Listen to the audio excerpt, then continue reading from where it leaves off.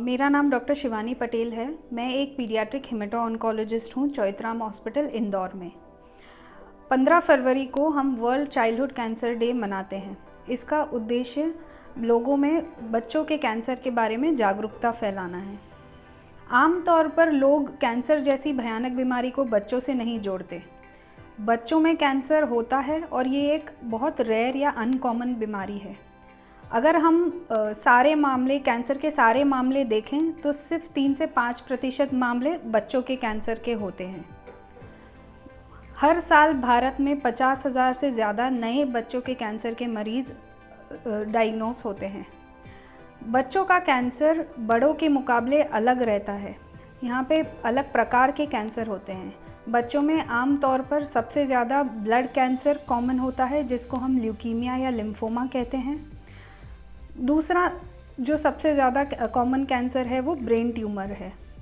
जिस तरह से बड़ों में हमको सुनने में आता है कि तंबाकू खाने से या सिगरेट पीने से या शराब पीने से कैंसर की संभावना बढ़ जाती है, उस तरह से बच्चों के कैंसर के कोई रिस्क फैक्टर नहीं होते।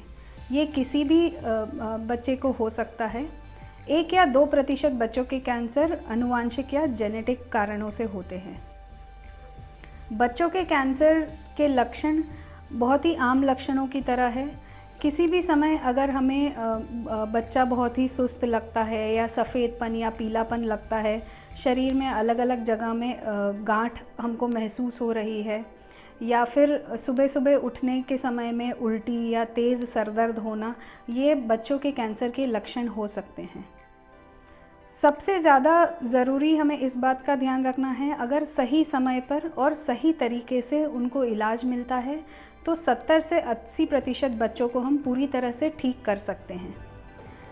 बड़ों के कैंसर के मुकाबले बच्चों में ट्रीटमेंट झेलने की क्षमता बहुत ज़्यादा होती है और ये क्योरेबल रहते हैं, क्योर चांस भी बहुत ज़्यादा रहता है। एक खास बात का ध्यान दिया जाता है जब हम बच्चों के कैंसर का इलाज करते हैं, चूँकि उनके आगे लंबी ज़िंदगी है। तो हमारा उद्देश्य सिर्फ ट्रीटमेंट सफलता से कंप्लीट करना नहीं रहता है। हमारा उद्देश्य है कि ट्रीटमेंट ख़त्म होने के बाद वो एक सामान्य ज़िंदगी जी सके। उस तरह के इलाज में जैसे इलाज में चीज़ें इस्तेमाल होती हैं, उसमें हम खास ध्यान रखते हैं कि लंबे समय पर होने वाले या जिसे हम लॉन्ग टर्म साइड इफ़ेक्ट बोलते हैं वो कम से कम हो।